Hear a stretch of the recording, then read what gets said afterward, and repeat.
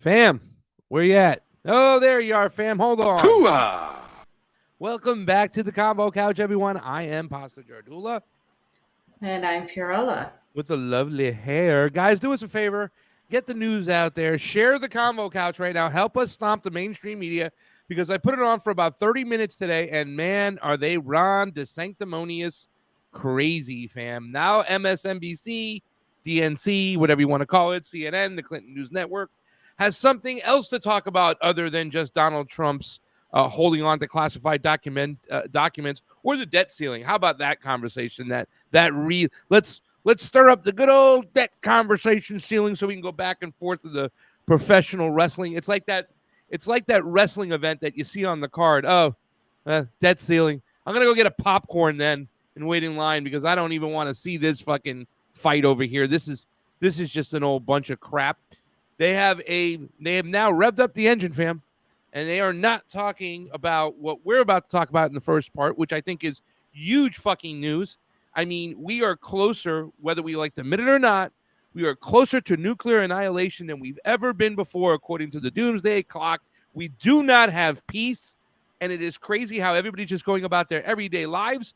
The gravy train has not stopped. The money has gone consistently to Ukraine, and we hear about situations like this. They're not even mentioned, fam, not even talked about. And if they are talked about, fam, it's from the government's perspective of Russia bad, Putin evil, they did something wrong, yada, yada, yada. But how far do they have to go on that chart, fam, of the fuck around and find out thing where they connect and eventually it's World War III and none of us will benefit from that.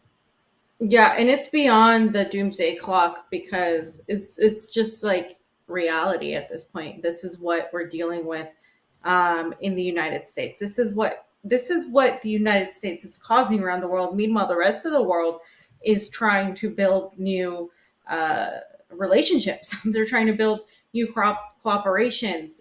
China, Russia, the entire east of Eurasia had a summit in Moscow that was going on today, and they really said a lot of things. I'll probably add some stuff towards the end so we can go over some of that, but it's more of the same things that have been talked about by China, by Russia, by pretty much anybody in the BRICS contingent, that is basically saying, we just want cooperation. We want to try to build relationships with each other, specifically relying on economics between China and Russia. The Russian prime minister met with the president of China for a short, brief moment, Xi Jinping in Beijing. He also met with his Chinese counterpart as well in Beijing.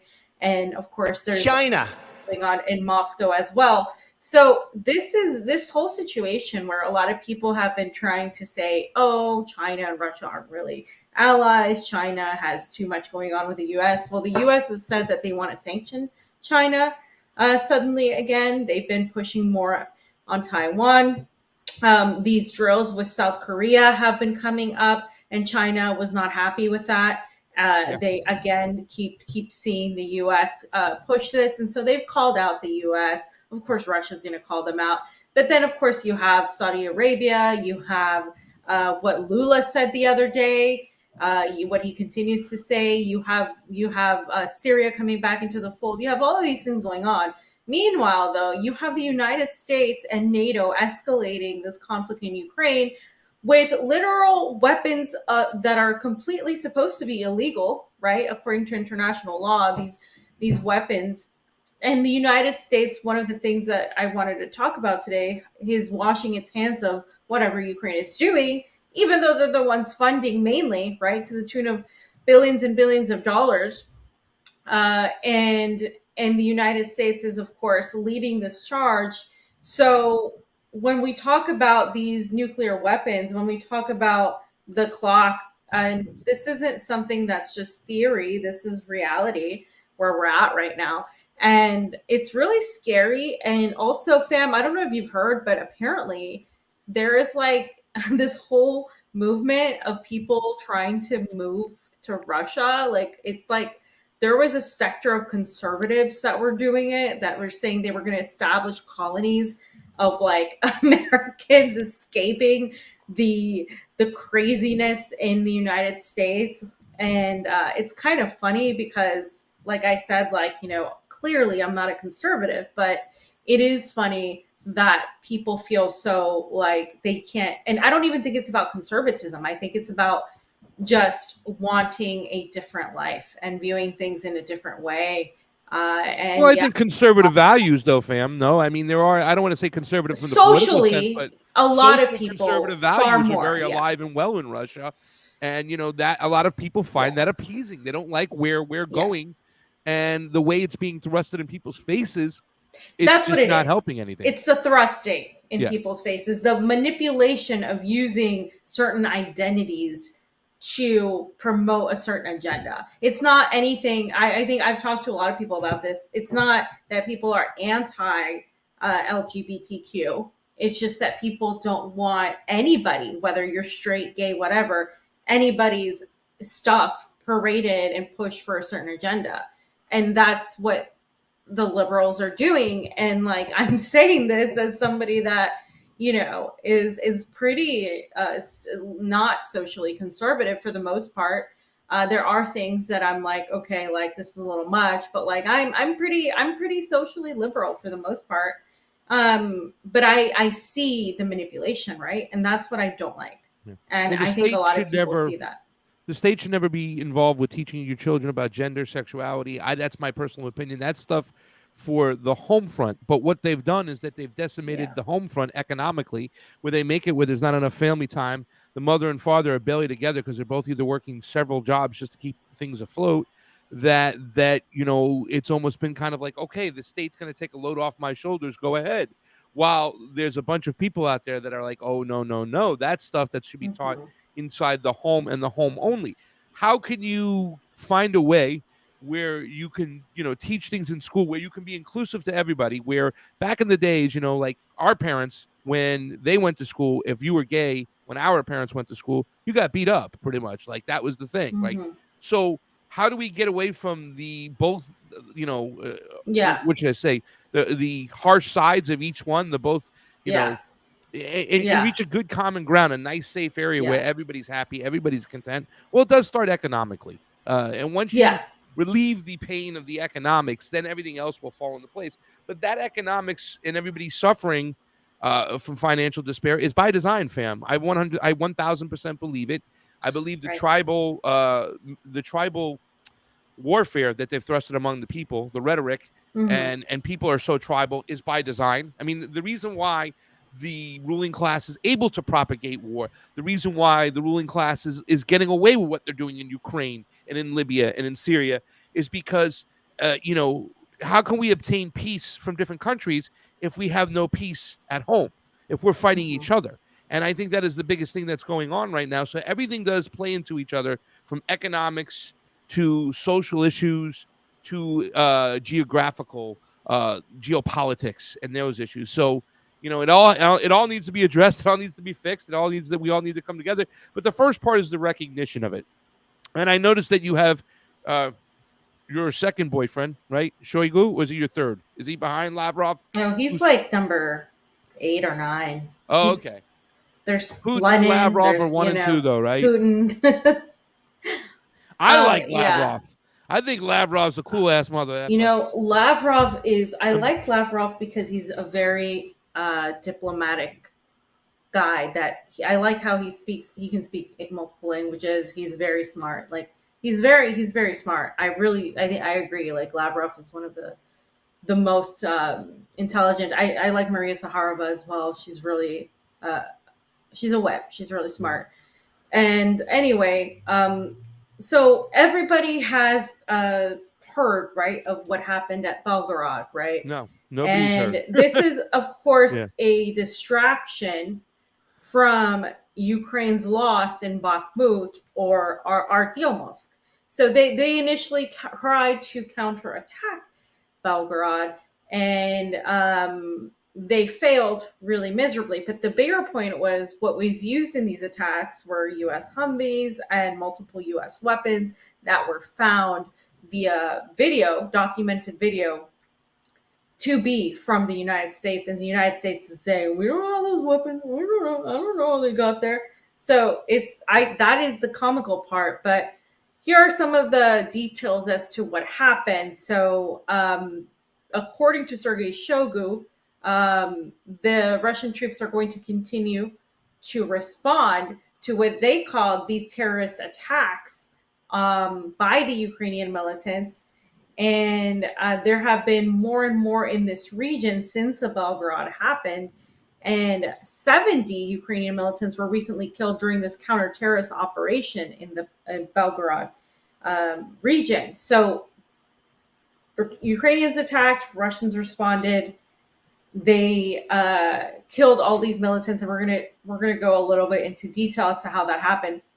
But again, the biggest thing I think out of this was the outrage from Russia and even the UN now sounding the alarm, saying they're quote unquote concerned that why are there American weapons? There have been American weapons in Russian territory, guys. Like the Kremlin got droned. Like this has been happening for a while, but now, of course, even the UN is sounding the alarm. A lot of people are saying, wait a minute, now this is another escalation. There's also, the depleted uranium that London sent. That's a whole other issue. There's so much going on, and Max and Anya did cover the that app that they're putting in Ukraine.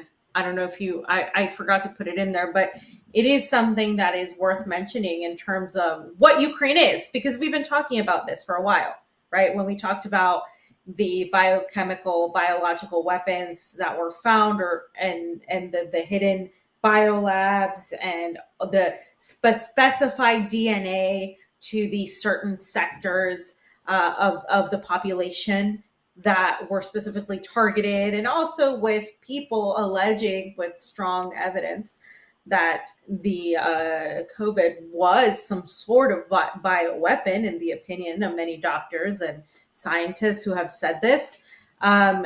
They believe that to be the case. So all of us coming together, you start realizing, well, Ukraine, what is the purpose of Ukraine? Why are they investing so much money, so much so much of this into Ukraine? That's the question, that you ask so many people. And one of those reasons is because I think Ukraine is going to be an epicenter for the fourth industrial revolution, right? And all of that is tied together. That's something I talked about when I was on the show with Peter Lavelle, because it was kind of interesting. The two guests that were there with me, Daniel McAdams was one of them. And I can't remember the other gentlemen's names, but they definitely agreed that their spidey senses were up, that things have changed since COVID. And I kind of harped on what I thought, and I really concentrated on, because I thought it was just a different perspective. Because the other guys, they knew the geopolitics very, very well, and I thought they can talk, very strongly on the history, what was going on, what we had witnessed before, the geopolitics involved. But the fourth industrial revolution, and the fact that they can be wheeling in something like CBDCs, and this could be the testing grounds of sorts. And I believe that Ukraine is meant to be that way, or at least they've promised Zelensky that it eventually will be that way, as long as they continue to go on with their fundraising, scandal, in which it's a money laundering operation where they just pick it up and they go to another town and they continue to make money. But I mean, I'm thinking for sure that this could be the stomping grounds for the fourth industrial revolution, where they'll test in all the digital assets, everything they've made, the 15-minute cities, the track and trace policies, the QR codes, the whole 9 yards, tied to the CBDCs, and see if they can obtain the world they want. This when you talk about CBDCs, you're talking about ultimate control, and that's what they are attempting to do. And I think that Ukraine will possibly be the stomping grounds to see how it works, or the next phase of it, fam. I 100% agree. And it's also right there in between Russia and the rest of Europe, which is why they really want to break up Russia, because then they can get to the east. And so I think it's a strategic position. Now, Rupert Fellows pointed out something that I wanted to point out. So the unit that carried out the Belgorod attack was a Ukrainian volunteer corps headed by a Russian neo-Nazi. This neo-Nazi was from Sochi, which is like southern the southern part of Russia, southwest part of Russia. It's very it's where I want to go, honestly, in the summer. It's like gorgeous, like beach area. They also had the Olympics there, if you guys recall, as well. Sochi, yeah. A lot of skiing. A lot of tourists used to go. A lot of Europeans used to go. Now it's just mainly Russians and whoever wants to venture out, because Russia has been pretty much cut out from tourism by so many from Europeans have cut themselves out. Basically, the government has cut Europeans from coming into Russia. So when Russians see anybody who speaks English or foreigners, they get really excited because the tourism industry has suffered. Notice how this has happened, of course, with other countries that the West has sanctioned as well. But he was a neo-Nazi, absolutely. And that's another thing you have to watch out for. You have to watch out from people within your government. And it's really hard to keep tabs on everybody when you're such a huge country. I mean, it's insane. There's so much of Russia that's not even ever talked about. But yeah, that is something valid and something I wanted to point out as well. Okay. Good stuff. So these are the losses of the Ukrainian forces as a result of the capturing of these Belgorod villages. So they lost 2 American armored vehicles. These are specifics of vehicles. These were the ones that we mentioned at RT earlier. The last few days, the M1224 Max Pro. There was also the Humvees that were destroyed. Several of those. There was a Cobra. There was one Polish vehicle. So these are the pictures of them, and you can just scroll and show the pictures, because the Americans, the U.S. State Department, got pretty much questioned about this, right? They were like, journalists from the U.S. were like, so why were those weapons there? And they're all like, well, Ukraine is doing what they need to do, and we don't know if these weapons are American. We don't know if these pictures are real. They're like, we see the same blurry images. We're not sure. Like, literally, those were their responses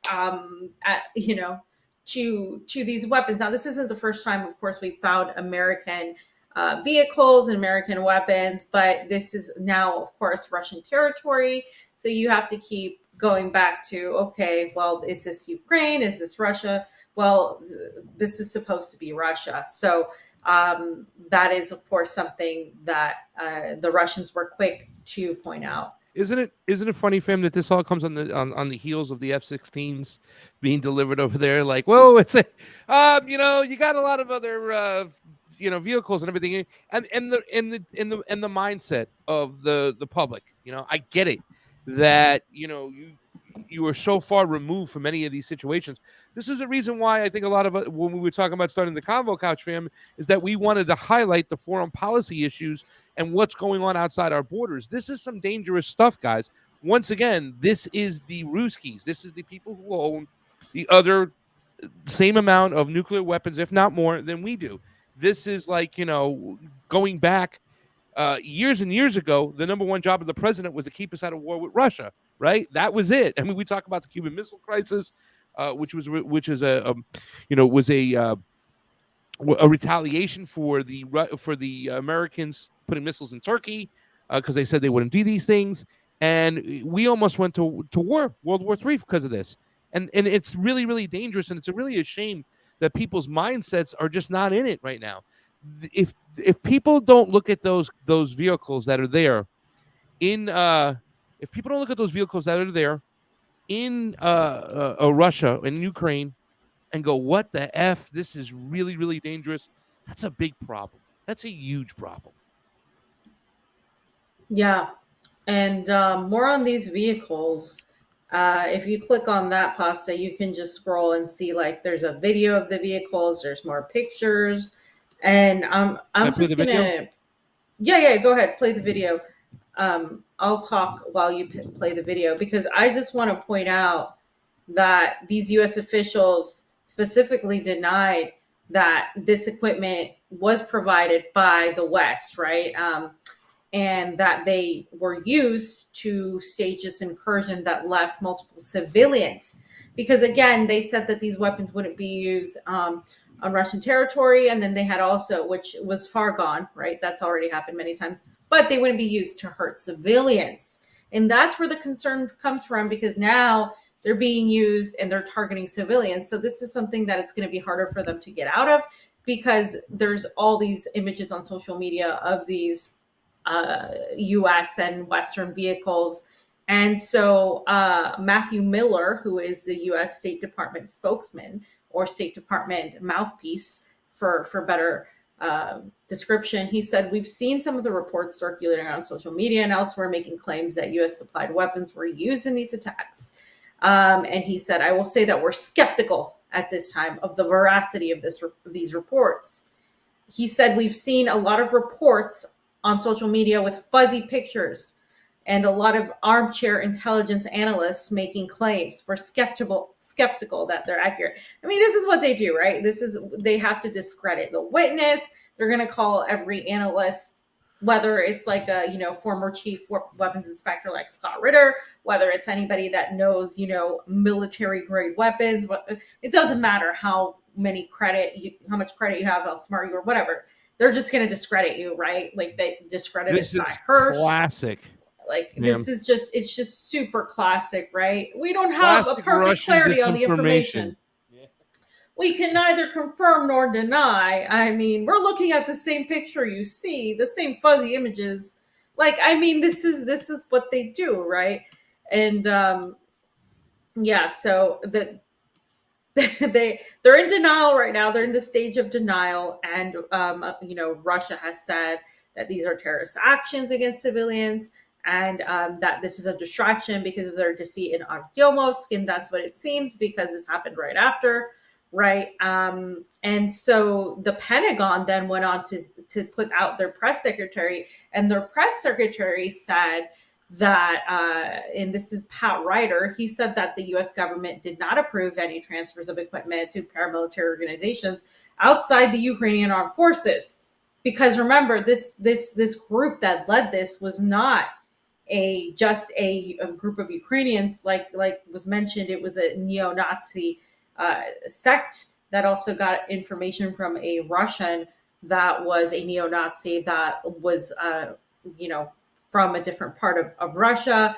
And so it was all of that combined. And so they can just say, "Oh, we didn't know. We only, regularly communicate with Ukraine, blah, blah, blah. So we don't know if this is true. We'll look into it."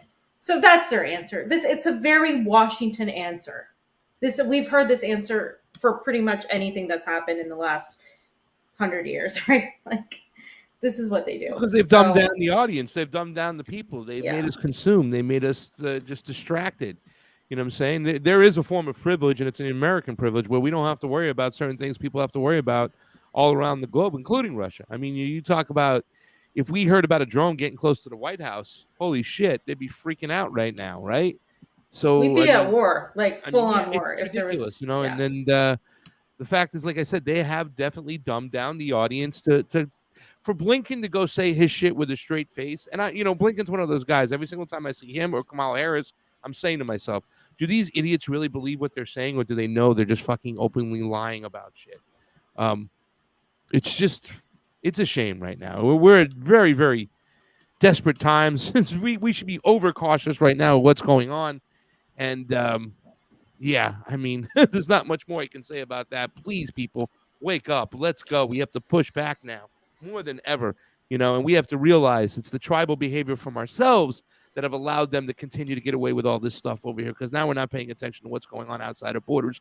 The fact that we have U.S. vehicles with another attempt on Belgorod, right? Do I say Belgorod or Belgorod? You said right. I mean, this is, guys, think about if it happened over here. How much longer can we continue to do this shit? People are just, wow, their heads are in the cloud. What do we got here? Okay, so this is the Ministry of Defense. They're going to go over some of the numbers. And this is, of course, after 12 civilians were wounded, several were killed. And the Russia considers this a terrorist attack. So the Kiev regime having suffered a defeat in the city of Artemovsk, has switched to the implementation of terrorist tactics against civilians. On May 22nd, a unit of Ukrainian nationalists invaded the territory of the Russian Federation. During a counterterrorism operation, the nationalist formations were thwarted and defeated. More than 70 Ukrainian terrorists, 4 armored combat vehicles, and 5 pickup trucks were destroyed. The Kiev regime, having suffered a And all the things are going to be said. We don't know. We're unsure about it, fam. We don't know if we can verify this. This is classic Russian disinformation, trying to manufacture consent to kill more innocent civilian Ukrainians, fam. I don't know. But I mean, we have Western vehicles. We have United States military vehicles sitting there in a ditch and going, explain this. It wasn't me. Shaggy, it wasn't me. Wasn't me. So the UN has said that they're concerned over this Ukrainian attack on Belgorod. And they said that they were not able to confirm who carried out the operation, that the Russians did condemn this, right? But when the UN was asked about this, a representative for the UN Secretary General, Antonio Guterres, said that the agency was aware of the incident, urging all parties to avoid any further escalation. They said, we're obviously following with concern the reports of the incident in the Belgorod region of the Russian Federation. We've seen the statements made by officials both in Ukraine and the Russian Federation. As far as the UN is concerned, we're not in a position to confirm the reports or any information concerning the groups allegedly involved in what we are seeing in the media. And so, so again, how can they not confirm it, fam? Just look at the vehicles. Look at the well, because Ukraine is denying the involvement in the attack. I'm sure they are. So they're saying it's only Russians in a neo-Nazi group, because there is a neo-Nazi group, but there obviously Ukraine was obviously involved based on the weapons, and 70 Ukrainian militants were killed. So how could Ukraine not be involved? And there have been Ukrainian militants there. So obviously Ukraine was involved. Ukraine's always going to deny. That's all they do. They deny. The United States says we can't confirm or deny. Organizations like the UN also sort of wash their hands. They say, we're concerned. Let's de-escalate. Let's calm ourselves down. But they don't also hold any accountability toward Ukraine, right? Ukraine gets away with all of this all the time. And they twist things. They say, oh, Russian attacked. Look what they did to Bakhmut, right? Look how they left Bakhmut. There's a reason why it took that long, right? Because they didn't want to completely destroy Bakhmut. And it's not looking nice, right? And of course now it's Artyomov. But they also pointed out that there was a similar attack, if you guys recall, in Bryansk, last March, that left 2 civilians dead, and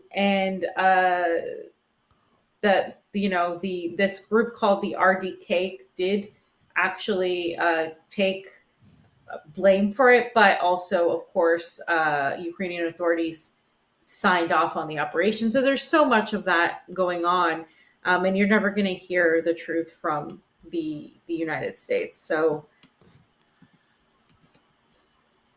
Fam, what is this over here? So this is deny the dead bodies. We can't confirm or deny, fam, that those aren't mannequins on the floor. We don't know for sure, but can't confirm or deny. So that's a classic Russian mannequin. Yeah, and they're definitely not Russian uniforms. So. Because you'll see a few videos throughout. There's just way too many to put, but you'll see a few videos throughout. And the Russians have a different type of uniform. Some of the Russians that are from this region, that's highly popular with the Soviet Union, they have the Soviet patch on their uniform. These people tend to have the opposite patch on their uniform. So not really from the same region. Yeah. So then we have talks. There people saying that Wagner said they were they're not real, and they're trying to make this look like this was a false flag operation of sorts. Fam, I saw this video that you're going to show me next over here, and man, this is some scary shit. Option Ratanzi. Go ahead, fam. Yeah, so Afshin Ratanzi, who is the host of Going Underground, posted this video from RT, and it's a reported video of Russia annihilating UK, US, EU armed drone vessel targeting the Ivan Kur ship, protecting the Russia-Turkey Turk Stream and Blue Stream gas pipelines. Okay, so this is, guys, this is another pipeline. This is what we're talking about here. What the hell is going on? Right, and they talk about the Ukraine grain deal, right, between Russia, Turkey, and Ukraine, and people have been saying, "Oh, Russia's keeping all this grain from all the people that needed most." Well, most of the grain was going to pigs to feed pigs. That's where it was going. It was literally going to Europe and ending up to feed pigs, so they could continue keeping their agriculture and keeping their energy levels up. And it wasn't going to the African countries that needed it the most. So then Russia, I don't know if I talked about this. I don't think I actually got to talk about this. I tweeted about it, and a lot of people were upset with me, and I put it on Telegram. I think it's a good idea that Russia extended the grain deal. And a lot of people were like, well, Russia needs to show Ukraine that, they can't just keep getting away with stuff, blah, blah, blah. But they did this also because of Erdogan, okay? Erdogan, this is all part of also Erdogan needing the political need. And so when you look at things like the grain deal and you look at things like this, it's like, well, who's escalating this? Who's being the aggressor? Who is pushing this conflict further and further and further to the point of no return, to the red button, right? And at this point, I'm having nightmares about, about like literally like end of the world nightmares. But I'm also watching like end of the world stuff, so that might also not help. But I'm going to play this video because this is frightening. Crazy. Yeah, just play the video. Boom.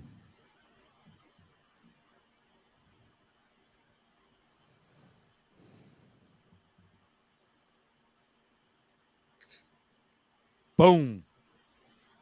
It's insane, right? I mean, that's just scary shit. There was a person on that died right there. I mean, war is hell. War is disgusting. Yeah. I have a friend of mine who's an ex-Vietnam vet, and he's done some stuff that he want to do. And I feel like having him on the show to talk to him, because I don't think people realize what's going on in the Ukraine and Russia, how bad it is, how disgusting war is. You know what I'm saying? I don't think they realize what happened since 2014, since the Azov battalion has got their hands on the weapons and control of what's going on, and the lives that were lost there, and what these men are meant to do. I mean, we've talked about it before in many of the shows where people go over there, like, you can't believe what they made me do over there. You know what I'm saying? Mm-hmm. And, we haven't witnessed, I think that, I'm sure in Iraq, there was a lot of terrible things. I'm sure in Afghanistan, there's a lot of terrible things, but also the era of Vietnam, if maybe we can, get some people on to talk about what they had to do to maybe, and I hate using the form of shock therapy, but people need to wake up to understand what's going on. We get our cozy little life over here. We have our Starbucks and our hazelnut lattes and our 31 flavors of yogurt, sugar-free, dairy-free, the whole 9 yards. We have so much over here. And I get it. We have a lot of people also suffering, people living in the streets, people who can't make it, people who are living paycheck to paycheck. But we are so blinded by what's going on outside our doors. And the blood that's being spilled in our name. And I know that people are going to say, we don't make the decisions. We're so far removed, but it doesn't make a difference. If we're not standing up and fighting against it, then we're just allowing it to happen. And what has been going on in the Ukraine and Russia for quite some time right now is disgusting. It's disgusting and it's terrible. So maybe we have to I don't want to say reignite, but show people if they've forgotten. Maybe they need to remember what happens in war and what these young men are meant to do to other men. It's disgusting. And right. A discussion is the West attempting, especially of course the United States, to use Ukraine because they have stated that they're going to continue funding Ukraine. Well, are they trying to make Ukraine like a second Israel? Well, Israel is actually the difference. One person that I interviewed said was that Israel is actually an equal partner, right? Israel gets all these things. They don't get destroyed. Ukraine's being completely destroyed. They're literally destroying the entire country. They've pretty much destroyed it. It's never going to be the same, no matter what happens. Even if by some miracle, Ukraine were to somehow get the upper hand on this conflict, which we know isn't going to happen, it's just completely different. Everything's changed, right? And so it is not an equal relationship because Ukraine is being like the sacrificial lamb. They're fodder. People are dying. Yeah. Ukrainians are dying. Ukrainians are losing any sort of semblance of what it ever was. And the United States is fine. They're making a lot of money. The defense industry is making a lot of money. They're throwing Europe under the bus as well. They're throwing anybody under the bus. So no, I think Ukraine has a different relationship with the United States. It's being used as the experimental ground for a plethora of things, while Israel gets to be more of an equal status. But either way, money is going to both of these places where people, say fascism reigns free. And so it's really interesting, of course, because the U.S. has supported these radical ideologies also in the Middle East for decades. So this is nothing new, but that is something to point out. Ukraine is not being held to a high standard like Israel. It's being completely gutted, and its people are dying over nothing because they're not getting anything out of this. How is this helping Ukrainians in any way, shape, or form? It's not helping Ukrainians at all. Yeah. And fam, we've also supported death squads in Latin America like crazy. In fact, we're going to go celebrate with the Sandinistas their reunion of defeating the Contras. And the Contras were a crazy, backed United States paramilitary group. You know what I'm saying? Mm-hmm. Once again, we do it everywhere where we're at. We do it with the Mujahideen in the Middle East. We do it with the Azov Battalion in Ukraine. We do it with the crazy groups in Syria, whether it be ISIS, al-Nusra, all these other groups. And we did it in Latin America for many years. There's many books written about it. Now we can talk. What the CIA has done for quite some time is pretty disgusting. Fam, let's get on to this last section over here because I know we don't have much time today. But very interesting enough, fam. It is now, fam, official, fam. Ron DeSanctimonious, fam. By the way, China. He has officially applied for next year's presidential election. Ron DeSantis couldn't hold my jockstrap. He couldn't do anything. He's nothing. He's fake news. He's a distraction. He's getting supported by all those Bushenites, fam, all those Cheneys, those Roves. He is definitely the establishment pick, fam. They're going to be coming out with, I think, $200 million out of the gate with $100 million for a ground game. He's going to announce tonight, fam. Guess who he's going to announce with tonight, fam? Who, fam? Your boy, Elon Musk. Oh, breaking. But I thought Elon Musk was going to save us all. Freedom of speech, fam. That's going to be the funny thing, too. And I'm glad his face is over there, looking, because really a lot of things have not changed on Twitter. You still get censored for telling the truth. I don't give a shit what you say. And he's playing, it's not like he came back and said, okay, we're going to enact the rules. We're going to stand by the First Amendment. No, he just played, judge and jury. He played God. And Ron DeSantis, who was a congressman before he was a governor, was all about censorship, especially when it came to Israel. You couldn't talk bad about Israel. So he's a censoring son of a bitch himself. But here's a quick 25-second clip, fam, of DARPA boy Elon Musk. He says it's going to be quite an announcement, fam. Never seen before in the history of announcements. In your time, I think you're probably correct. Okay. Yes, we'll be interviewing Ron DeSantis, and he has quite an announcement to make. And we'll be, for the first time that something like this is happening on social media, and with real-time questions and answers, not scripted. In your time, I think. Okay. Not scripted, fam. This is president. So they're doing this whole thing with Twitter, which I don't think, it's whatever. It's not a bad idea. People have been sort of doing it via the Twitter live stuff, where they're going to put shows like Tucker Carlson, right? Tucker Carlson's going to have his thing. And so Elon Musk is going to interview Ron DeSantis on Twitter. So it's a thing they're trying to do. I get it. Now, fam, let me ask you this.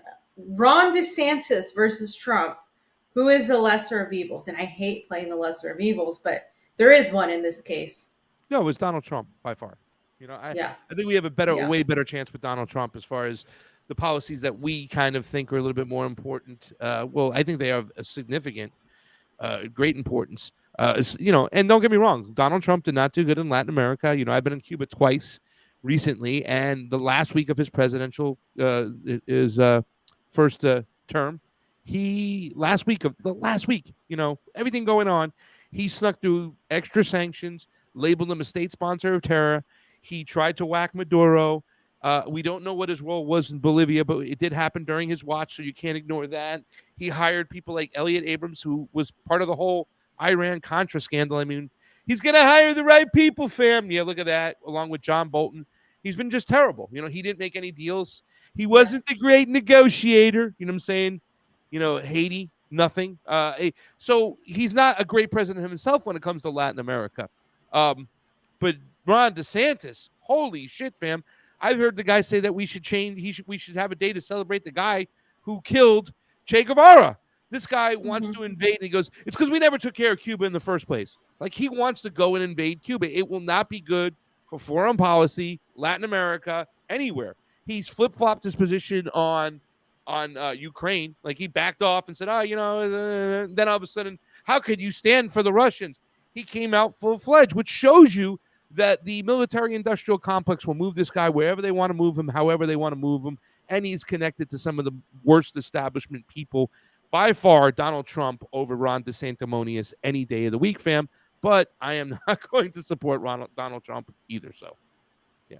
Yeah, I mean, obviously, I'm not supporting any of these candidates, but I do think Ron DeSantis is like a neocon on steroids, and he would do great damage. A lot of people, I always say this, right, outside of the United States, see Ron DeSantis and have gotten completely tricked, especially by his initial COVID stance and some of the things he has said, as if he's some sort of, anti-establishment figure. No.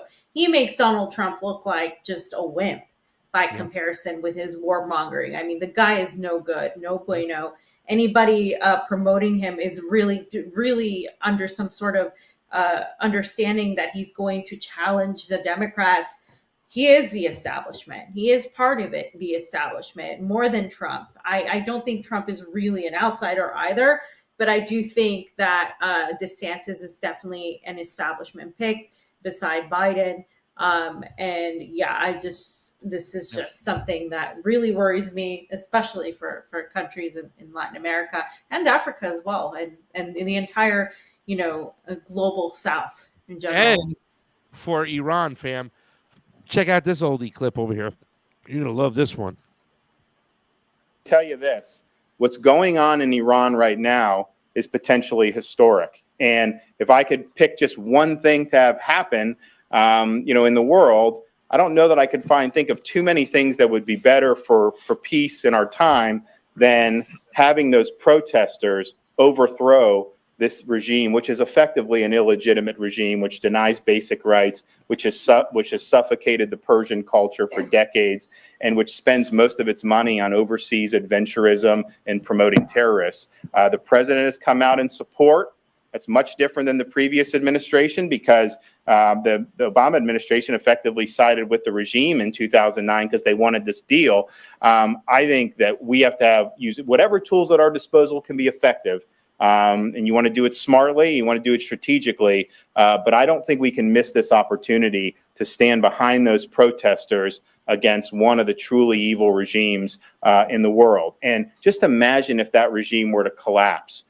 We don't have to worry about, North Korea is still going to be an issue, but the most likely purchaser of their nuclear, some of their nuclear arsenal is Iran. They're sitting on cash, they want it. So that threat would go. Hezbollah's money starts to dry up. Baghdad could then maybe turn and be pro-Western instead of being an Iranian client state. Yemen, will cool down. Syria may be able to be dealt with in a positive way. Israel would lose an existential threat to its existence. The dividends from that would just be absolutely phenomenal. And so I hope the administration gets more engaged in this.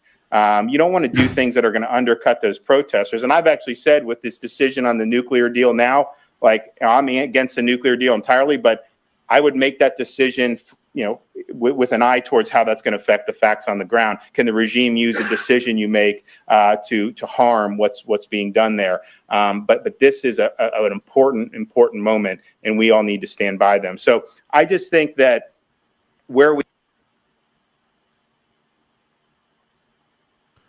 Fam, you got to love the glaringly, openly talks about regime change in Iran. I don't know about you, but one of the most ridiculous things I hear people talk about is when I hear Lindsey Graham and some of the other ones talk about regime change in Russia. I mean, I can't understand, like, holy shit, how is this madman in office? I think that's one of the craziest things. But this is the second crazy right over here. Is this one of the openly? Can you just see the benefits, fam? If we coup Iran, not like we've tried to do that before, right? Not like it was the CIA's first fucking coup operation. No. If we do this, fam, the dividends are going to be great. And it's like a domino effect. Now this person will fall. And it almost sounded like the Temple of Doom in when he pulls his arm out, before he pulls his heart out. Soon the Hebrew God will fall. And then this will happen. And soon Galima will rule the world. He was telling you the neocon plan, basically, that both Democrats and Republicans who are neocons, it's their wet dream, right? Get rid of Syria by controlling Iran, help Israel out by controlling Iran. And it's not just Iran. I mean, they would go after China, they'll go after anybody that is a threat to this, hegemonic world order. This is exactly what Russia and China were talking about. This global dominance, this attempt to assert themselves, that has to end.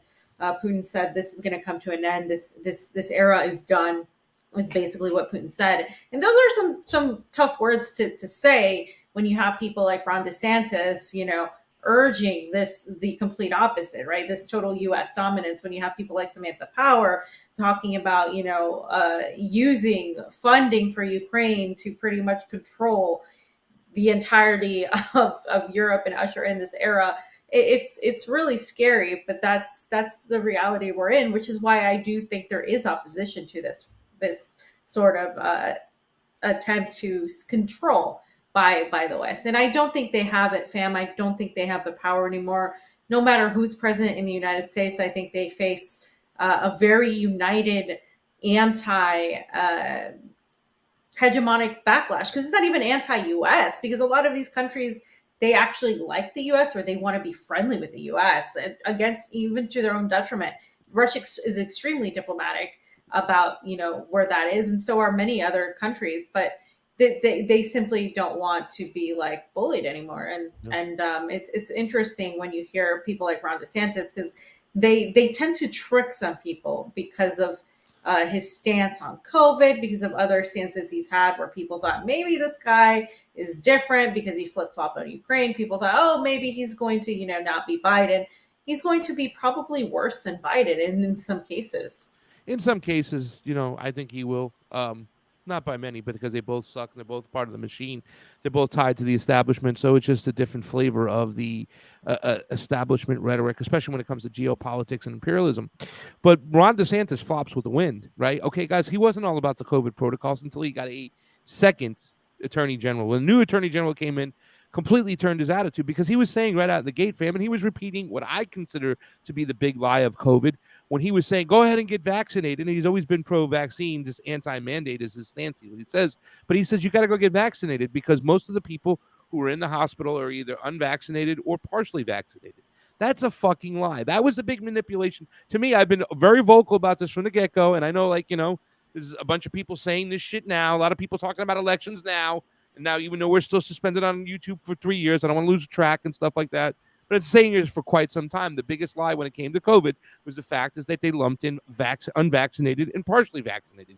You can't do that. Those are two separate categories. So he was repeating the same bullshit lies he was told to. When he saw it was politically advantageous, then he switched, fam. And that's who this guy will do. What he'll do, this is who he'll be. He'll flip-flop with the fucking wind. And guess what? A bunch of MAGA people, they're not happy with it, dude. A bunch of old school MAGA people like Marjorie Taylor Greene, who Michael Rappaport has called for the impeachment of. Oh my God, I wish a dude would just shut the fuck up and go away. That's Michael Rappaport.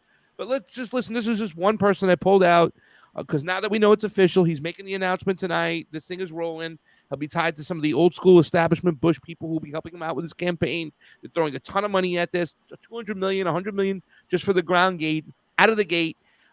There seems to be Donald Trump at the top as far as polling, which polling is, a lot of bullshit. But I would agree that most of the people are still about Donald Trump.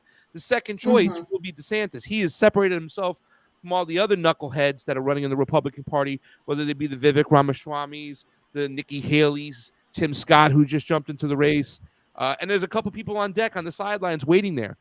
Chris Christie, is he going to get in the race? Is that other dude who just ran in Ohio, Yolkin? Is that his name? Was he Pennsylvania? The dude who just ran not too long ago. So they're wondering who else is going to get involved in this race. Meanwhile, the Democrats are just acting like nobody else has even joined in to run, and they're just going to act like, Marianne Williamson or RFK don't exist, But focusing on this for them is great for the shit liberal media fam. Anything to say before we play your favorite congresswoman? No, let's just play. DeSantis, the governor of Florida, is going to announce that he's finally running for president, even though he's been running for president for months and months. And the whole thing has been pretty much a joke. Unfortunately, Ron DeSantis has been like that kid walking around the swimming pool, scared to jump in the water because he's afraid the water is too cold. Well, let me go ahead and say the water is too cold for you, Governor DeSantis, unfortunately, because the polling shows that America wants President Trump back in the White House. And here's what I really hate. I think you've been played by a bunch of your consultants that just want to make money off of you running for president because they're the only ones that will benefit out of this. Governor DeSantis is a great governor for the state of Florida. We need more strong Republicans. He's done a very good job, in Florida. Tell me, tonight he's got the oligarchs ball. He's got David Sachs and Elon Musk on Twitter for his announcement. David Sachs, who was the guy that pushed the Silicon Valley Bank bailout for the high tech guys, which he's won to save himself money. How's that going to sit with the populist nationalists and Elon Musk, Mr. Davos, World Economic Forum, transhumanist extraordinaire with Neuralink and also with artificial intelligence? How's that going to sit with real voters in the populist nationalist Republican Party, ma'am? That doesn't sit well at all. That is not going to fly. I'm going to tell you right now. Who do you need to elect you to be president? You need the American people. You don't need the oligarchs. That's not how elections work. And I'll say something else, Steve. God bless President Trump for traveling all over America. I mean, I don't even know how many rallies he's done. The numbers are off the charts, and he goes every single time to the people, Steve. He goes directly to the people. He stands on a stage, whether it's cold, whether it's hot, whether it's windy, whether it's raining, no matter the weather, President Trump is out there directly talking to the American people right in front of them in person, and they come out by the thousands and tens of thousands, and he has been doing this for years. You don't announce that you're running for president of the United States in some kind of little Twitter world. It's not a real world. Twitter is not real. So I can't comprehend why that would be the place to do the announcement. It makes no sense to me, and it's not serious. Fam, question. Well, question, fam. so much on that. Is Ron DeSanctimonious a serious candidate or not? And by the way, fam, I do have one thing to say. Guess what it is? China. Go ahead, fam. I do think he's a serious candidate to take votes from Trump. But the problem is, whoever thought about this is really dumb because, as she pointed out, he's really aligning himself with the wrong people. Conservatives don't want the things he's preaching for right now. So I see most of them sticking with Donald Trump. So if you're going to run to be more establishment than Trump, which is the most popular figure because he cosplays as a full-on outsider. He seems anti-establishment. He seems the most anti-establishment, at least on the right, and oftentimes more than what is on the left for the most part, except maybe this time. And it's just kind of ridiculous, right? Like to think you're gonna get votes. Who is his target audience? It almost seems like he doesn't really know who Here's it what he's going to is. do, fam. Is it I can tell liberals? you. Is it like No, I can tell you who it is. It's going to be culture war conservatives. That is who he's going to target. That little war with Disney was a little warm up for what he's going to do. He's not going to be able to beat Donald Trump on all these other. You can't, out Trump. So where's he going to try to beat Trump on culture war issues? On when it comes to culture issues, he's going to. But Trump does that too. Yeah, but he's going to go hardcore, right? Like he's going to try to out culture war Donald Trump. And he's going to hit Donald Trump with like this guy with the bump stock ban. He did that to your guns. I'm never going to do something like that. So he's going to try to out Trump in certain areas. And that's going to be in the culture war department. That's their plan, fam. You know what I'm saying? He's going to try to show that he's more socially conservative than Donald Trump to try to pick up votes. That's where he's going. Yeah. But he's not going to be able to out Trump. That's the thing. Do you think there's something to the point that a lot of people like Marjorie Taylor Greene, Laura Loomer, or the guy we had on this show, Mario Gavin Wax, that they are just hating on DeSantis out of the gate? Wouldn't they want to welcome a primary challenge? Why would they be so like disgusted about it and think that they should just automatically anoint Donald Trump? I mean, Laura Loomer did say that since Trump was cheated, he has the right to run again and he should run uncontested. But I don't swallow that. And I don't like Don. I certainly, if I had to, gun to the head, vote for either one of these guys. I'd vote for Donald Trump over DeSantis any day of the week. But the fact is that they are afraid or pushing away from a primary. Do you have anything to say to that, fam, or a thought on that? Well, I just think they're looking at it strategically. Like this guy's taking votes from Trump, where it just makes us not united as a party, and they see it as having to be united to beat the Democrats, right? And so they don't want people to have this sort of disunity. It's an argument that the left has made many times as well. Only Bernie should run, only X person should run. We need to be all united behind X candidate, blah, blah, blah. It's the same argument. It doesn't surprise me that the right makes it just as much as the left. I mean, they do the same things, just depending on the situation, right? So it's not surprising. I see their point. I just don't think you can talk about, American democracy and tell people to anoint somebody, right? Which is what the Democratic Party is doing. And I do think, though, that they're going to, as dirty as they get, they're more likely to have a fair Republican, contest than Democrats are, because Democrats have already said, we're not debating, we're not doing this, we're not doing that.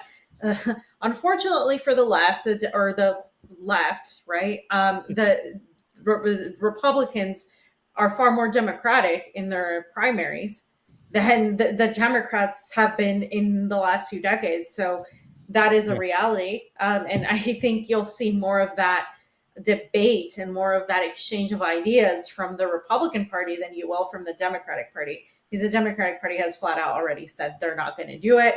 And they said this years ago with the DNC fraud lawsuit. Okay. And we remind this to people because people still think that they can just vote their way out of this. The Democratic Party is a corporation. It's an entity that is owned and operated by, covert individuals.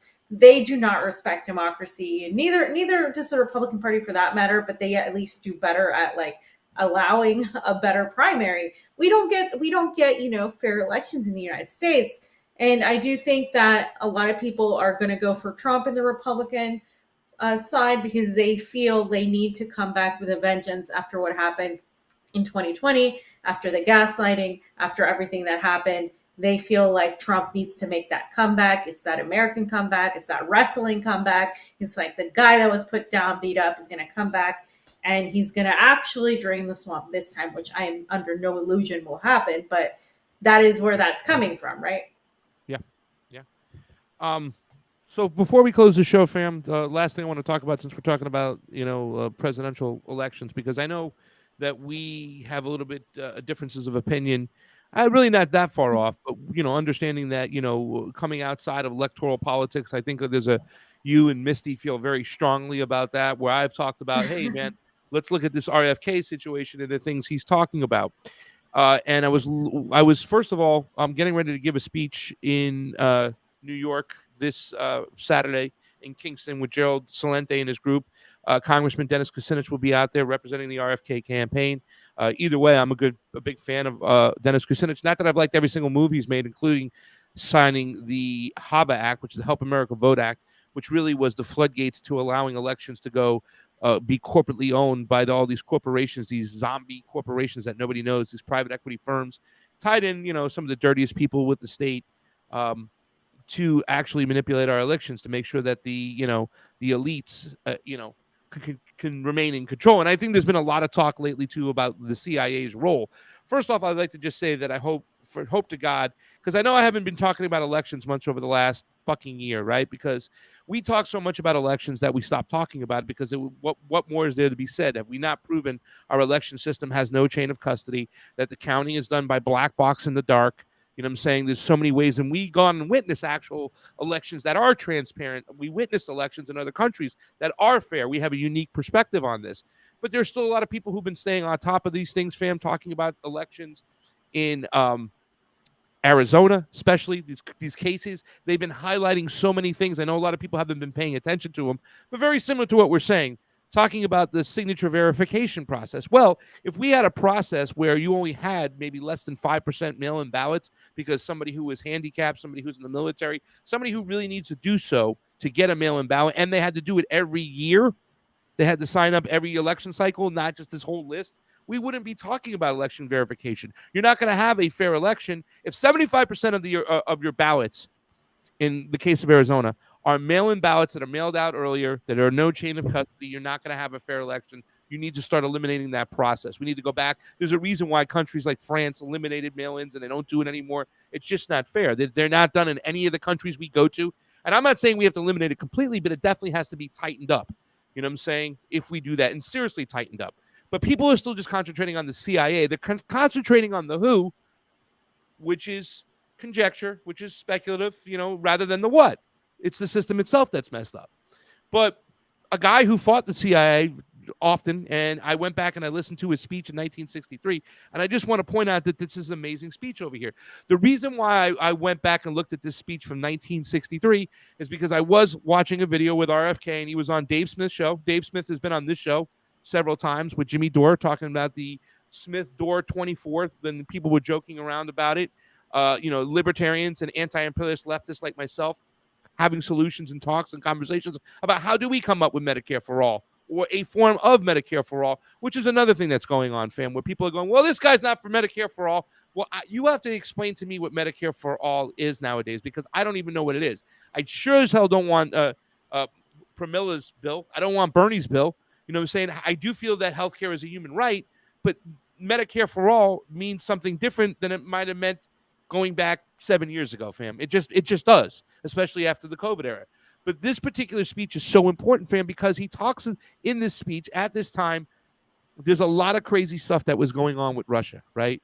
This is 5 months before he was killed. This is right after he made a secret deal to talk about the Cuban Missile Crisis, how they ended it. And RFK was talking about inside his uncle's house, there was a red phone, fam, and it was a direct phone to Russia, to Khrushchev, so that Kennedy and Khrushchev can talk, because they were both surrounded by a military-industrial complex of sorts in Russia, just surrounded by generals who were, the situation where they even had to have hands off, and they had to have these private conversations because they wanted to obtain peace. And throughout this speech, he talks about the relationship of the United States and Russia, right? How important it was, how important it is to obtain peace, because without peace, we don't have anything. But the most important thing about this speech is he also talked about the relationship with the United States citizens with each other. And there was very many things that I heard inside this speech where I can think that even anarchists would like, where he said, we don't have to love each other, we don't have to agree on everything, but we do have to live together, And hearing these conversations, and the thing that RFK kept saying, fam, to me in this interview with Dave Smith that was so interesting was he goes, my uncle has more streets, more roads, more statues, more anything inside Latin America than any single president in the United States. And I started thinking, fam, do you remember when we went into the when we were in Honduras, fam? When we went to the Libre Party's we went into the Libre Party's headquarters, and we were going to see Manuel Zelaya. I couldn't believe it. I was still like, holy shit, Manuel Zelaya is not going to come walking in here. He did. But up on the wall, you have pictures of him and Castro. You have him with pictures in the Chavistas. You can see Hugo Chavez over there. You got pictures of this. Shortly after this picture right here, he was cooed. You know what I'm saying? They removed him for making these alliances and Alba, you know. There he is with Hugo Chavez. There was pictures of him and Castro. But fam, who was the one? I'm sorry. There's you and Wyatt saying hello. Here's another. There's Evo. There's Ortega. There's Chavez and our boy. Is that Correa from Ecuador? There he is. There's a picture of not Castro, Chavez and Castro. And some more pictures of him and Ortega again, Hugo, and fam. Look who the one United States president on that wall was. John F. Kennedy. And I know there's a lot of shit going on right now as far as there's a lot of questions that need to be answered. There's a lot of areas in which, RFK, how are you going to even win when you have a 0% chance of winning when the DNC is a rigged situation, right? But the thing I've been trying to listen to and I've been trying to hear is he cut from the same cloth as his uncle and his father? And so far, when I hear him speak, I really do think that he is. He said something amazing in this interview yesterday that I was like, holy shit, that's what I've been saying for quite some time. I said when I did the MAGA in the Middle guy show, the MAGA guy, my friend, he goes, well, would you fortify the border at any cost? I said, I'll tell you what I'll do. Let's just pretend that you're the conservative president, I'm the leftist president, whatever, we're making a deal, we're in Congress. I'll give you a wall with lasers. I'll give you whatever you want. You close down those bases, those 82 bases in Latin America. Well, RFK didn't say that at all, but he said something very significant and very close to that. And that was what we should be doing is instead of going around the world looking for devils and demons, we should fortify the United States, bring everybody home, make it almost economically impossible to invade our country, fortify it like never before, and then stop our imperialism overseas and down south. And that's something that I like that I heard, and I didn't put a whole segment in today, but I did want to talk about it because it did make me think. I'm like, holy shit, was John F. Kennedy on the wall when me and Fee went to Honduras? He was, and I had a picture of it, and I saved it. So that's just something interesting to talk about because the more you hear this guy talk, the more you see he is cut from the same cloth as his uncle and his father. And I think that's important. I think we need to have those conversations. It's more logical. And I don't like a lot of things, but he was talking about why we were in this mess in the Ukraine in the first place. Talking about that Victoria Nuland phone call, talking about everything that what's going on. Despite his son going off and fighting there without him telling him, you know what I'm saying? This is the rhetoric I think we need more than anything, because whether we want to deny it or not or accept it, and I get it, electoral politics and the minds of a lot of it stinks. But it's the presidential elections still, they move people. People get involved. It's the only time they get involved for some people. And there's going to be a lot of conversations, a lot of talks in the future. And the guy is polling above 20% now, fam. It's going to take off like crazy, and there's going to be a lot more conversations going on, including those conversations he had with the crystal balls and other people as they challenge him when it comes to the COVID narrative. Yeah, I don't base my assessments on how I feel about a candidate anymore, because a lot of them can say the right things, can seem like good people. Look at Bernie Sanders. I mean, Bernie Sanders, I still don't think he's an evil person. But at the end of the day, I do think that there is an establishment, there is a need, there's certain people surrounding RFK that I just wouldn't trust with a 10-foot pole. And I don't necessarily think he is that similar to his uncle. I think there's lots of differences, but we'll be here all night if we sit and discuss them. I also, at the end of the day, my biggest criticism is I'm not mad he's running. I think that's fine. I think it does add to the conversation. I do think he's a better candidate that's out there in general, both on the Republican and Democratic ticket. But I do think that it is allowing people to make arguments to continue to vote in the duopoly, to continue to go back into the Democratic Party, to continue something that hasn't worked. And people are bending over backwards to make the argument that this time it will be different. And I just do not see how this time it will be different given the mechanisms we have. And yeah, you're right. People do get excited about presidential election. That's precisely the problem. They only get excited about a presidential election and then they forget about anything the rest of the time. And then they go and do the same thing over and over again and expect different results. The American people are propagandized. The American people are selfish. A lot of them, in a way, it's been made like this because of the propaganda. A lot of people are also in debt. They're also hurting. They're also going through tough times right now, especially right now with everything that's happening. Yeah. And I think that's just a recipe for continuing to participate in this farcical system. And I just refuse to continue to participate in it. And I think, in my opinion, it is extremely naive to think that you can change it by continuing to vote if it's already rigged. I agree that the conversations he's bringing are new. But again, I have my suspicions. I'm just not there. Yeah. I get you.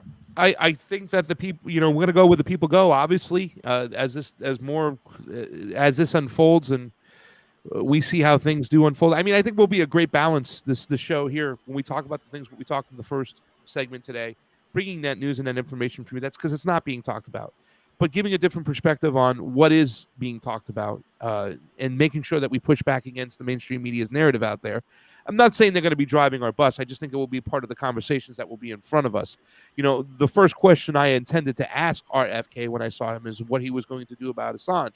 But he's already come out and said, when he was asked on that Crystal Ball show, what is the first thing you will do as president? Free Assange. It's the first thing.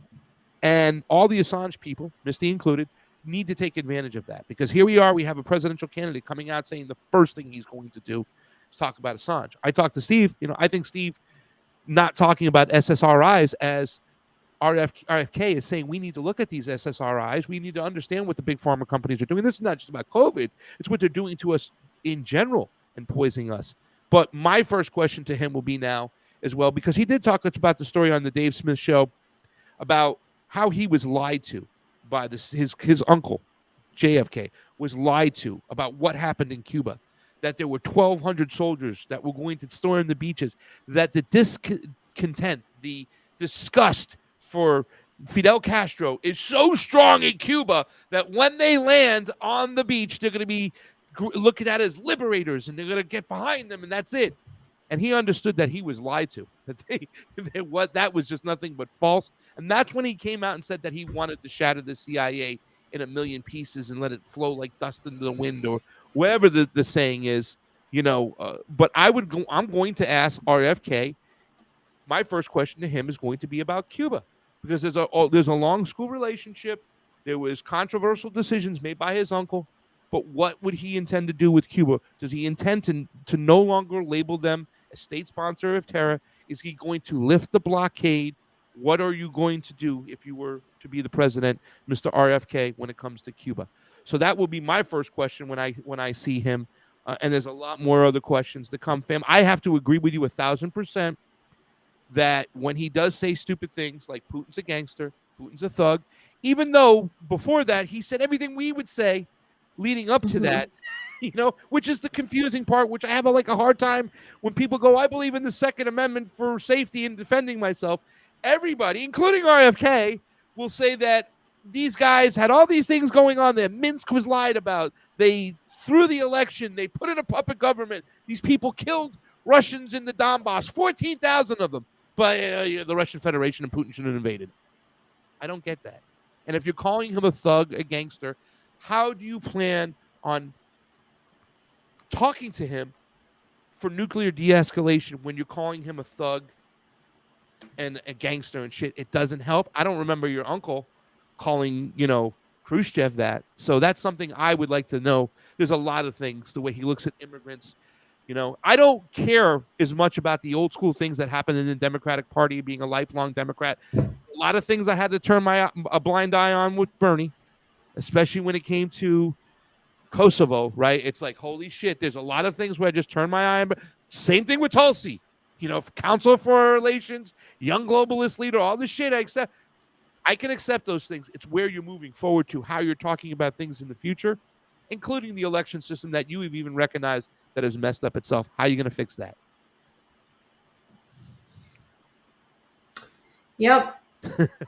We're not going to agree on this, so Sorry, it's just kind of pointless. Boring you with the RFK news. My apologies. Yeah, I'm just not. Nah. Yeah, we'll see what happens, but I just don't buy anything anymore. Especially running as a Democrat, I get it. I get the strategy, but I made a promise, and I'm never going to go back from that promise. Well, I'm not going to go back and go back. You know what I'm saying? Not just yet. He ain't got my vote. I'll tell you that much. Right now, as we stand, I'm a third party guy, and I was looking forward to voting for the Libertarian.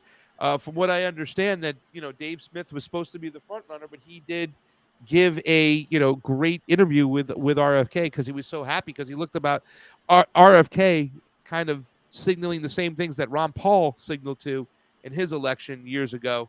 And that speech by Kennedy in '63, guys, go back and look. It's at American University.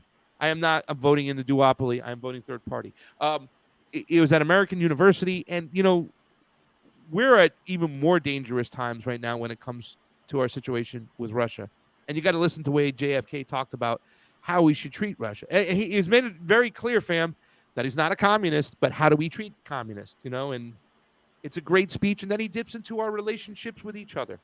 He dips into how do we as American citizens treat each other? Very important. Because how can we ask for peace between the two other countries when there's not peace between each other, between our neighbors? Something we have to talk about. What's up, Don DeBar? We love you. Fam, I got some Super Rays. You want to hear them? Yeah. All right, so fam, who sings this song? Ready? We don't need another hero. I have no idea. We don't need another way home. I agree, though. All we want is home. Thunderdome. Chris Leone. Hi, guys. Love you so much from sunny LA and rest in power. Tina Turner, fam, who brought us hits like, oh, what really? got to do. Oh, that and sucks. my personal favorite, I don't want to fight. We are losing real stars. Not many left, fam. Chris Leone, we love you. And I'm sorry about Tina Turner. She was awesome. That's why I was singing Thunderdome. But, fam doesn't get with the time. She doesn't know the good Tina Turner songs. That was in the movie, fam. If you want to see Mad Max Beyond Thunderdome, Tina Turner. Thus the deal. Face the wheel. Pasta fee. When you're lost in the darkness, look for the light. Believe in the shining path, says our good friend Gregory Walker, fam. Look for the shining path, fam. TD, truth be told, always. Thank you both. Thank you, TD. That's very generous of you. We definitely need this help. When you guys go ahead and throw these things into the cookie jar, it really helps us go where we got to go, get where we got to get, do the things we got to do. So thank you so much to all the people who donated, whether it be Patreon, Super Rays, PayPal, the whole 9 yards. We love you guys. Thank you so much. Hemkar says, as this piece in the Crimson Harvard says, this victim of USA Death Squad dances around the evil of what happened, not because she doesn't know like the public, but because she knows too well. Project video of war, screams of children, pictures of the depleted uranium effects. Silence is betrayal. We took the Germans to the camps they created with glee. Get in their face. Now there's silence wars. Thank you so much. Who is that? Hemkart. That was awesome. Gregory Walker. Pasta, anything free from the state, i.e. UBI, UHC, come with a free big up your... He said penis up your culo, fam. I don't want to say it out loud. My mom is watching. Gregory, I can't say that. You did. Anyways, that's it for today, guys. We got to get rolling. We'll see you back here. Fam, you got to do it Friday by yourself because I'll be on the road flying to New York. And I'll let you know about my schedule in the future because I have some things coming up. So Fam might have to be holding it down from Moscow until I get back. I got a couple events to speak at. I got the Gerald Salente event, and then I have to go to Tennessee after that for the Rebels for a Cause event. So I got a lot of things on the dock. I want to return to Cuba at the end of June. I want to go to Nicaragua in July. I want to go see Nico in Brazil in August. I want to make sure that we go to Jesus Argentina Christ. later this year. So we got a lot of trips on the docket, fam, and a lot of things to talk about, a lot of things to see and do, fam. Don't cry for me, Argentina. All right. So for pasta, Oh, by the way, wait, what? just say, wait. Ecuador's president dissolves National Assembly, triggering early elections. Watch WTF is happening in Latin America tomorrow to find out more. Because when it's about elections, we know. Yep. That's it. That's we need to talk about that because that shit is really Camila Escalante, Saskatchewan News, had a whole thread up on it. I was reading it. Man, there's some stuff going down. We should have her on the show. We should have Danny Shaw back. Shit going down in Haiti. Shit going down everywhere. We need to talk about a lot of things. And yes, Here, there, everywhere. I will say hi to Nico for you. So that's it for today for Pasta Jardula. Fiorella, And me on those ones and twos, fam. come out. Where's it at? Hold on. Hoo-ah! Yeah.